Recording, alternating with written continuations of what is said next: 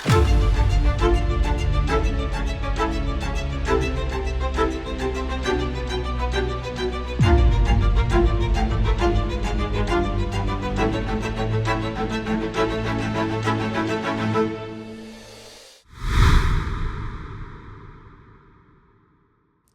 welcome back to another episode of Keep Standing.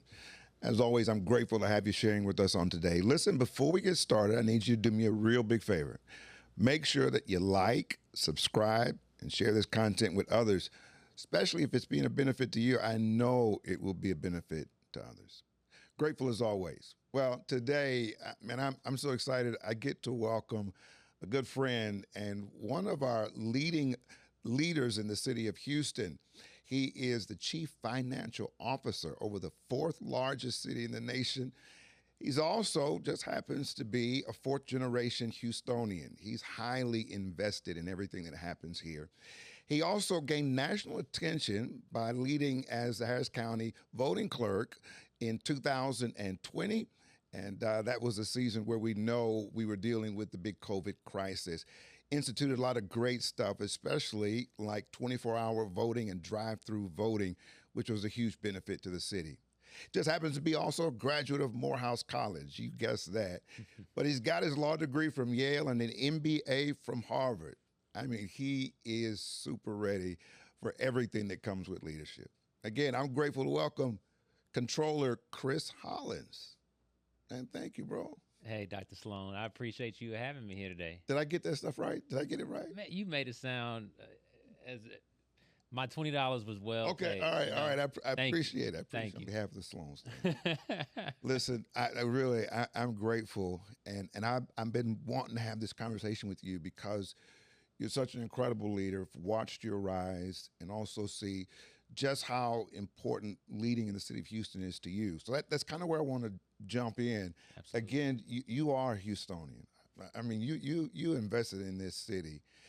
Growing up, was there like this one moment that kind of shaped how you show up for the city?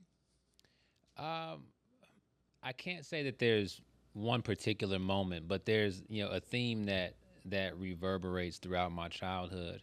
And that was watching the example of my parents and also my grandparents just touching the lives of others. As you know, I currently attend Wheeler Avenue Baptist Church. Now, I didn't as a kid, but my grandmother did. And there are just so many stories of her, whether it was just being a prayer warrior every single day or just taking a moment to touch somebody's life, to counsel them, to do something for them that lifted them up. And my parents, followed that example, and I'm following theirs. My dad was a police officer. He served for 34 years, here with HPD. And my mom was an executive assistant, but her true passion was children. And so in addition to raising my two sisters and me, my parents opened the doors of our home to over 20 foster children. And so we had a pretty lively house throughout. But what I always saw and what was just natural to me was that, my parents were just helping folks out. And they didn't preach to us that we needed to do the same thing. They just showed us that that's what God-fearing people did, and that's what Houstonians did for each other. So that's like ingrained in you then, this whole helping people out. And again, your father is a public servant. Did you see, was there a point where you said, okay, this might be coming down the line for me?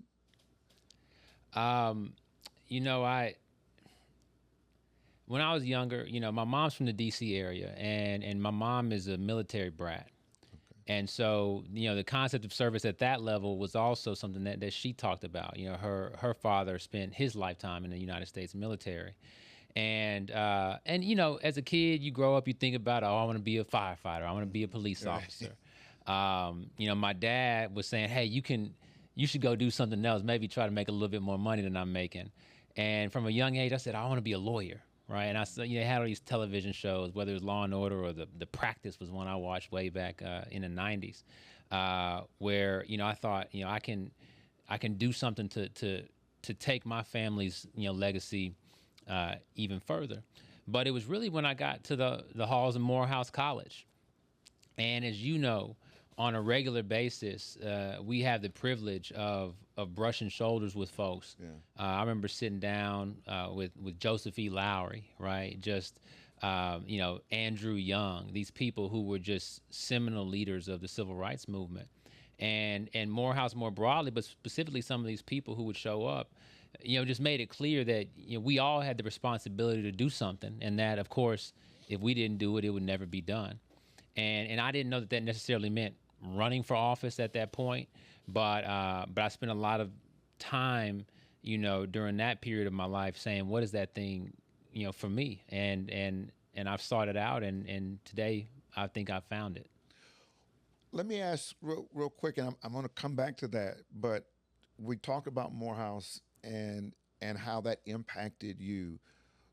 Was there something that you gained at Morehouse that you feel like was really crucial to what you do as a leader today?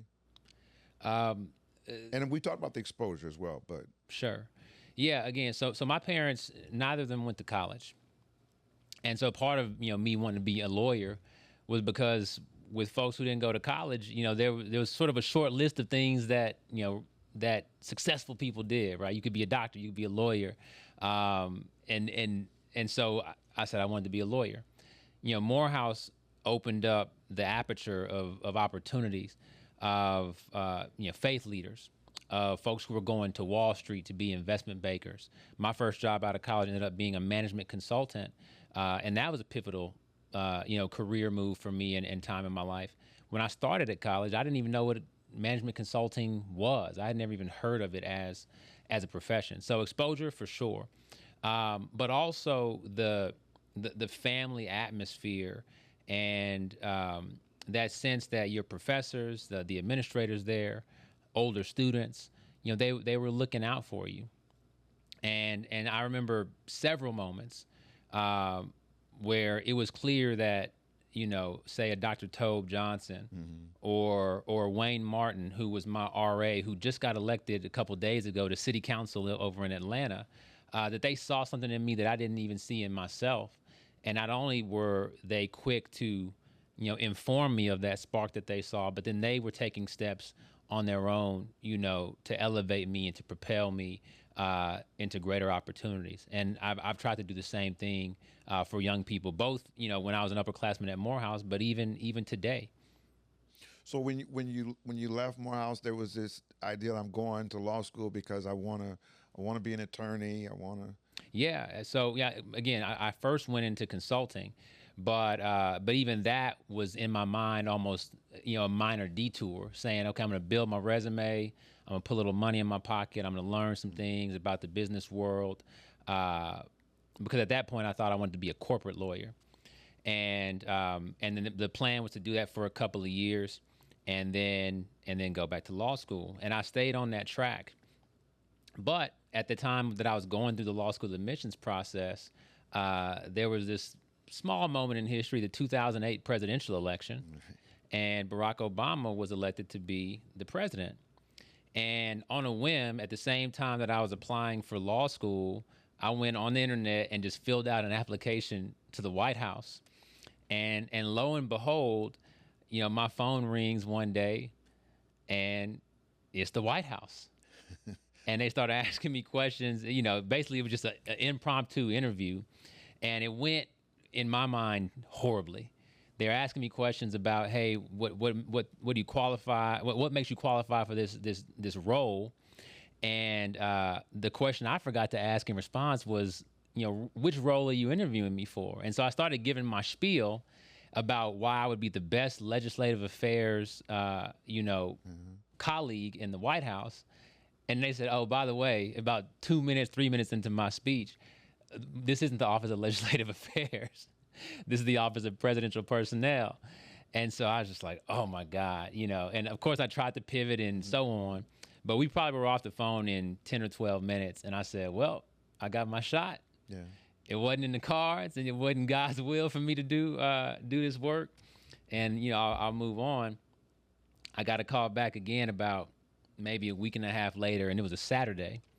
And I pick up the phone. By this time, I recognize this number, so I knew it was Yeah, I was going probably to ask, is them. it a block number when it comes from the White House? It was a 202 something or other. But I pick up the second time, and I was like, oh, this is weird. Maybe maybe it's a second round interview. Who knows? And they said you need to be in D.C. on Wednesday. And so I had to pack up my apartment in Atlanta, call up my bosses at McKinsey, at the consulting firm I was working with at the time, and I said, hey, there's an opportunity I can't pass up, and got in my Jeep and drove to D.C. Wow. And there at that time, obviously Obama was historic in nature in terms of that election. Over the following 8 years, there was such a resistance that was built up, and it got uglier and uglier. But in those early days, there was this I can't even describe how optimistic we all were about the opportunity for positive change across the country, and sort of a resetting of what it meant to engage in this sort of work, and really bringing people together in ways that today are kind of unrecognizable, right? One of the challenges with politics today, and one of the sort of the currents that I'm swimming against, is how ugly and divisive it is. Yeah. And at that moment, and I was 22 when I walked into the doors of the White House. Again, there was this feeling that we could get past all that, and that we could solve some really important problems if we did it together. One of the big things that came out of those early moments was the Affordable Care Act, what people call Obamacare today, which was really tough to get through. A lot of Democrats at that time took tough votes that, they lost their jobs for taking that vote. But then fast forward a decade and change, and folks across the country, left, right, center, black, white, brown, rely on the Affordable Care Act for access to health care, and obviously health care that they can afford. That's the name of it. And it changed the lives of millions of people. Yeah. And I've seen throughout my time in public service, whether I was very low on the totem pole, which I was then, or now as the number 2 elected official in the city of Houston, that when you have a real sense of purpose, and you're willing to, again, bring people together and then throw some new ideas in there, that you can make a positive difference. So speaking of new ideas, wonderful transition. 2020, you jump on the scene, and I mean, you really made a huge impact in that whole voting process, leading us towards the 24-hour voting and drive-through voting. Mm-hmm. How did that shape you, that whole experience? Because we read the headlines. I read it, and I'm like, my Morehouse brother, he's making a huge change. But behind the scenes, I know that there's a lot of pressure in that. Yeah, well, at that time, we were in an emergency. Yeah. Right? We were in a moment where we were facing this deadly virus. People were dropping left and right, and many of us lost friends and family members, unfortunately, during that time. And we were all trying to protect ourselves and our families, keep each other safe. But we were also at a very pivotal moment, the 2020 presidential election, that at that time, in my opinion, was the most important election of our lifetimes. And our Harris County clerk suddenly resigned. My predecessor, she was up there in age, and because of the dangers of the pandemic, she said, I need to step aside and make sure that I keep myself healthy. She had a pre-existing condition and so on. And so in this very pivotal moment, we didn't have the leader who was going to make sure that an election could even take place in the nation's 3rd largest county, right? Where 2.5 million registered voters at the time.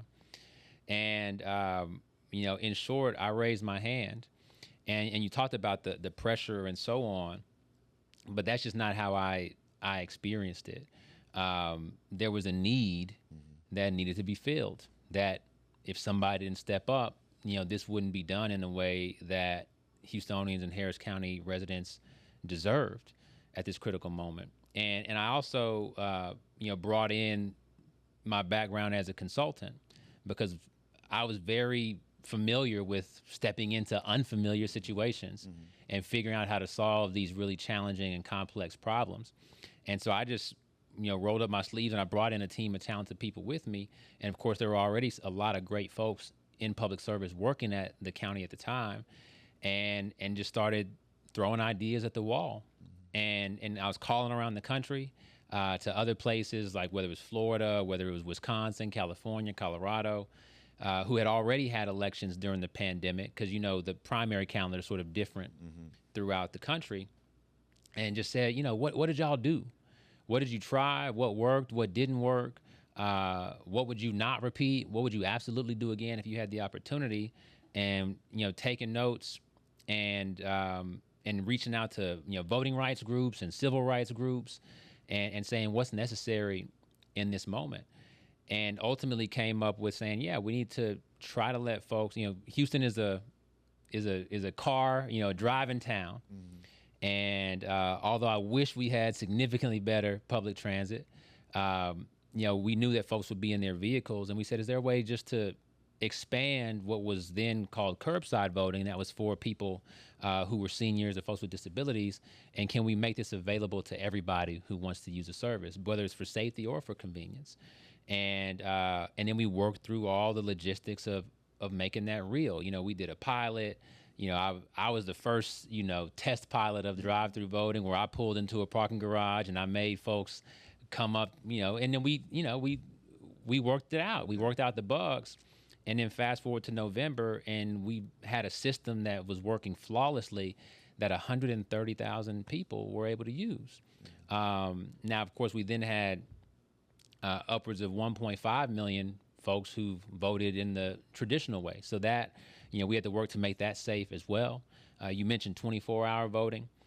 We made sure that the doctors and the nurses who were working around the clock then, the essential workers like people who were stocking grocery store shelves at 2 and 3 in the morning, the welders and the electricians down at the Port of Houston, we gave them an opportunity to vote at midnight if they needed to vote at 4 a.m. if they needed to before they went and clocked in, for their 24-hour shift as a firefighter.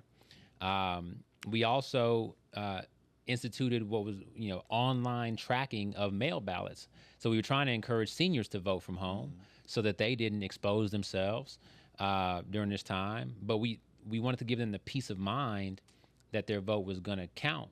And so in the same way you can track an Amazon, box to your house, you could track your ballot, make sure that it got to us, and then make sure that we counted it.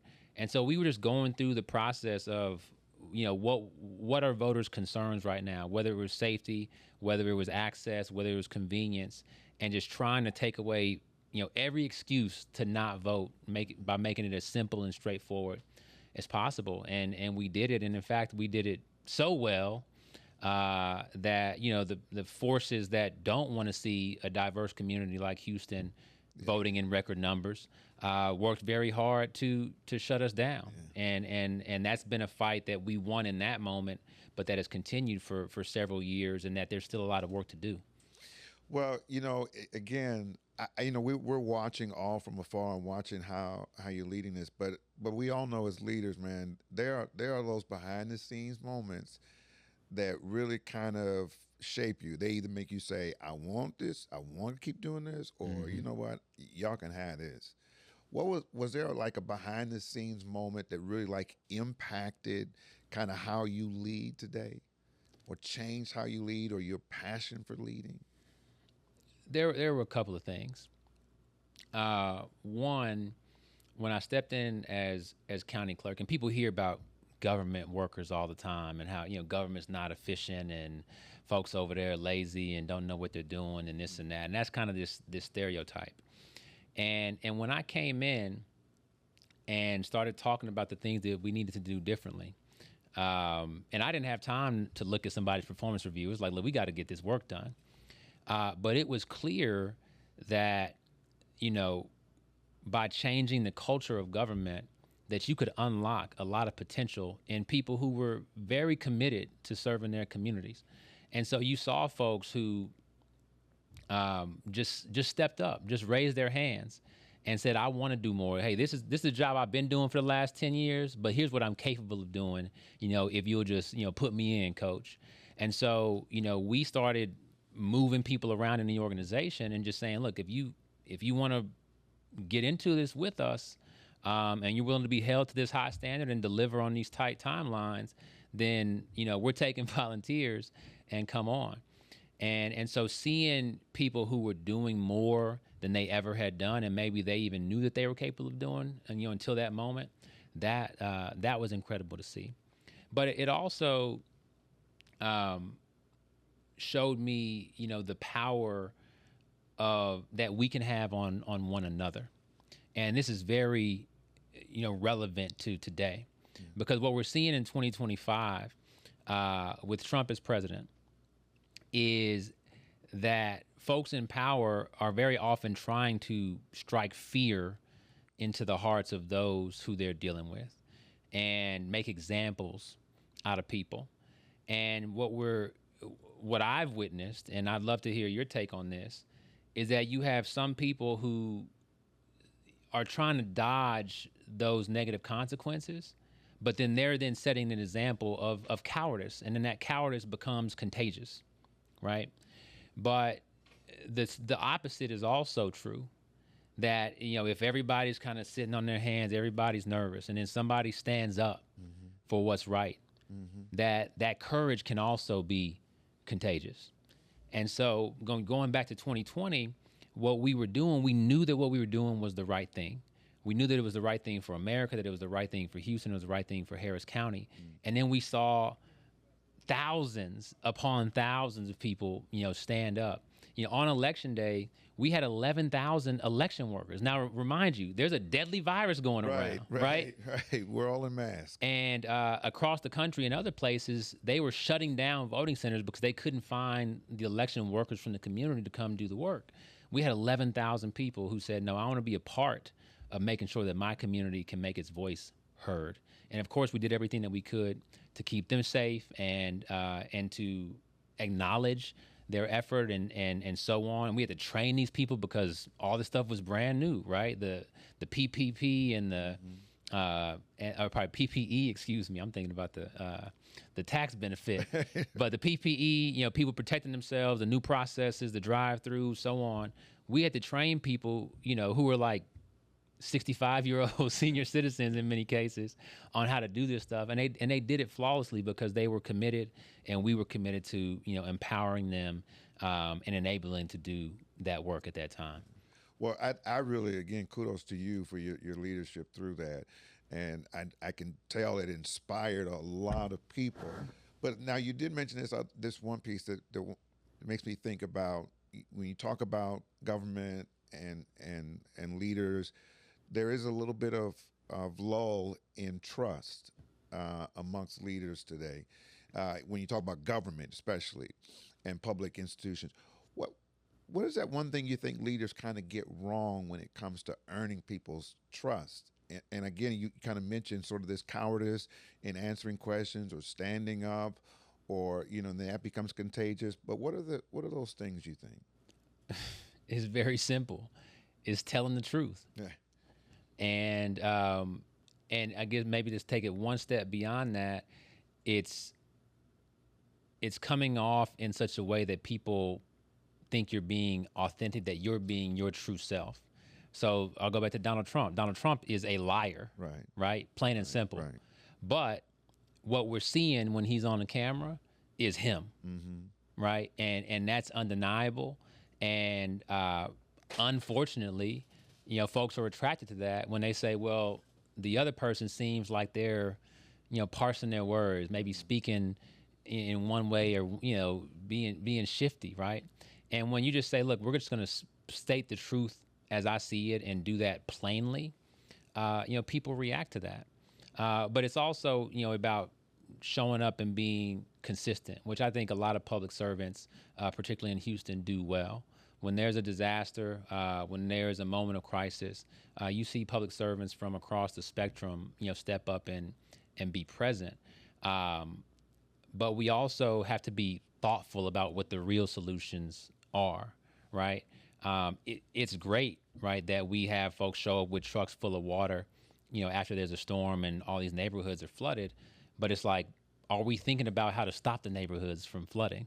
And are we doing the right things? And are we being honest with Houstonians about what that costs or how long it's going to take or where their neighborhood is, in the priority list of these infrastructure investments?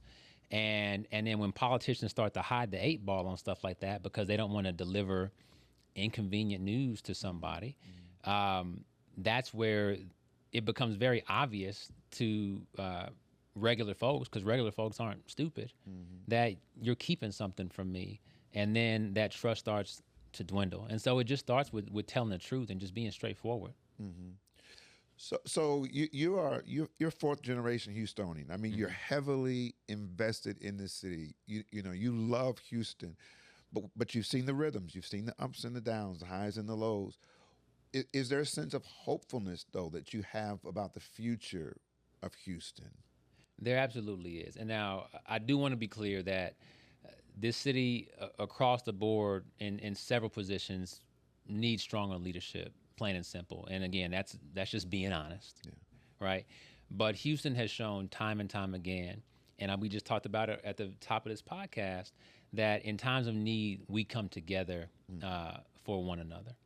And we do that in ways that are simply astonishing.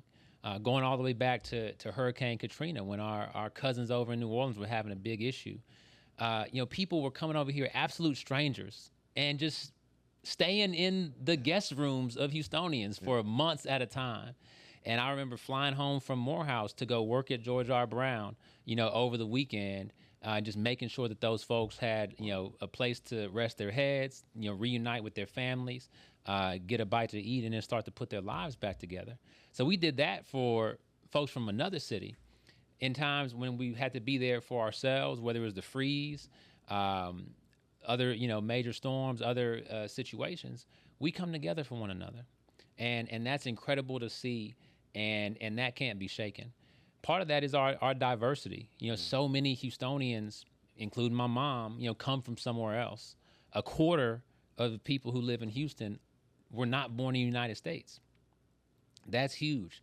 People come here knowing that this is a place of opportunity, knowing that this is a place that's going to embrace them, and that if they work hard, that there's a path to success for them. And we just have to keep investing in that and continue to acknowledge that we're better when we do this thing together. How do you see yourself in that portrait going forward? I mean, you're the chief financial officer for our city, doing a phenomenal job at that. Are there other areas that you hope to kind of get into to serve the city? Yeah, I mean, but my firm belief is, and there's probably some scripture, so I'm gonna wait for you to quote it.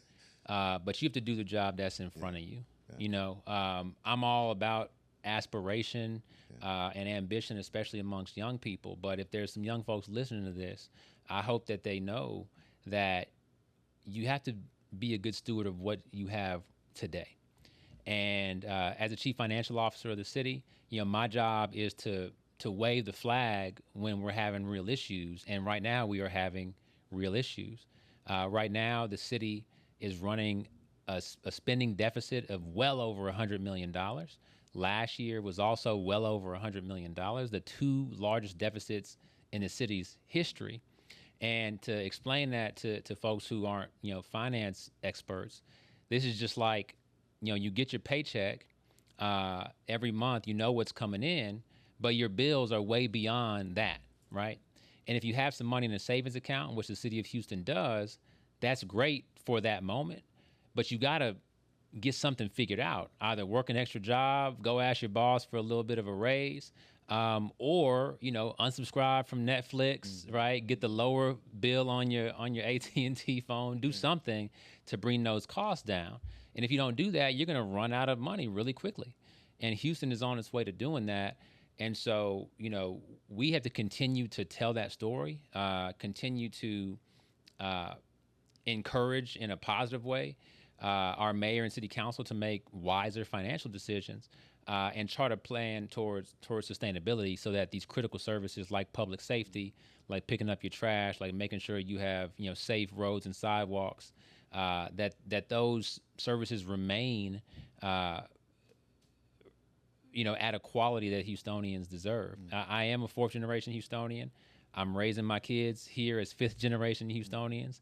I hope that, I have sixth generation Houstonian grandchildren, but Houston has to get some things right to make sure that when my kids are growing up, that they choose to come back here. In the same way your kids have that choice. Yeah. Well, you talk about, young leaders and their aspirations. I heard you say that if you're talking to some young leaders who are saying, man, I want to see, how do I follow that road of Chris Hollins? What's that one thing you need to tell them? I think you mentioned stewardship of where you are today, but what is something else you say? If you're looking at this as a path, here's what you need to know. Yeah. Number one, I would say take everything as a learning opportunity. So when you're doing that work, whatever it is today, don't just hand it to your boss and then start getting ready for the weekend. Ask questions about it. Hey, what could I have done better? What'd you like about this that you want to see, next go round? Hey, I finished this up in just a couple of hours. I have another couple of hours free. Is there something else I can do, to be helpful? Or, hey, I have a passion in this area, even though that's not necessarily my direct job description today. So since I wrapped up early, can I help over there?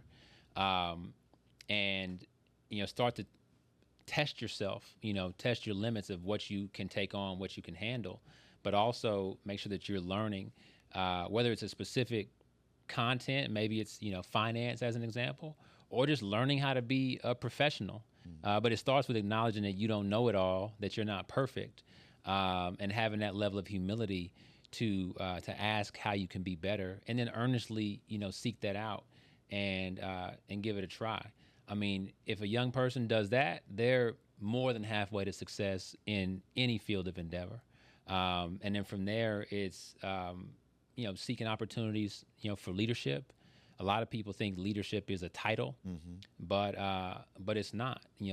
People identify leadership in others and begin to follow them, whether it's because they see you as mature, as someone who's thoughtful, as someone who has integrity, and start to, exhibit those character traits that make people want to follow your example or take guidance from you. But it's not about being somebody's boss. It's not about being the one who talks the loudest.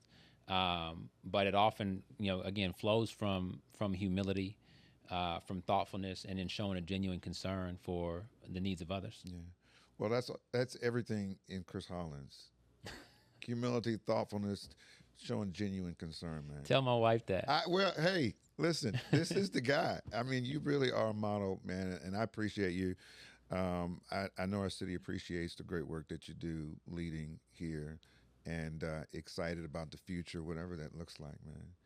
Well, thank you for having me. A real honor, and I look forward to coming back already. All right. When you'll have me again for round 2. But thank you for what you do every day as well, and I just appreciate the opportunity. An honor, bro.